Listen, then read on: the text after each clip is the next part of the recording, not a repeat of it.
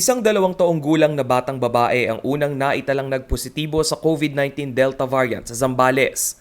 Ang pasyente ay mula sa bayan ng San Antonio. Isang healthcare worker ang nanay ng bata na una nang nagpositibo sa COVID noong July 29. Na-infect yung mga kasamahan dahil ang nanay nito ay isang nurse na uma-assist din sa mga pasyente dahil sa meron tayong mga patakaran na kailangan ma-check up yung mga frontliners.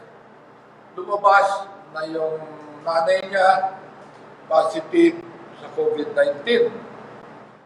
Nang sumunod na araw ay nagpositibo na rin umano ang asawa nito at ang 2-year-old na bata.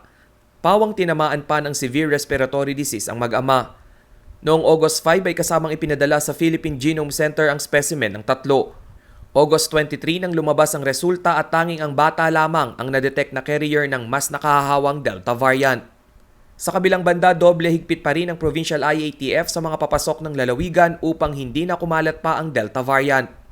Una nang naglabas ng executive order ang provincial government kung saan kinakailangan na sumailalim sa weekly rapid antigen test ang mga APOR at essential worker na pumapasok sa Zambales.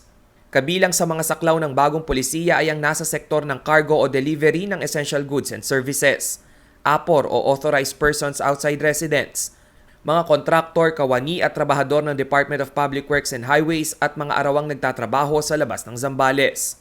Kung magtatagal naman ng higit 24 oras ay kinakailangang RT-PCR test result na ang ipresenta. As of August 26, 875 ang active COVID-19 cases na binabantayan sa lalawigan. Raynel Pawid, CLTV News.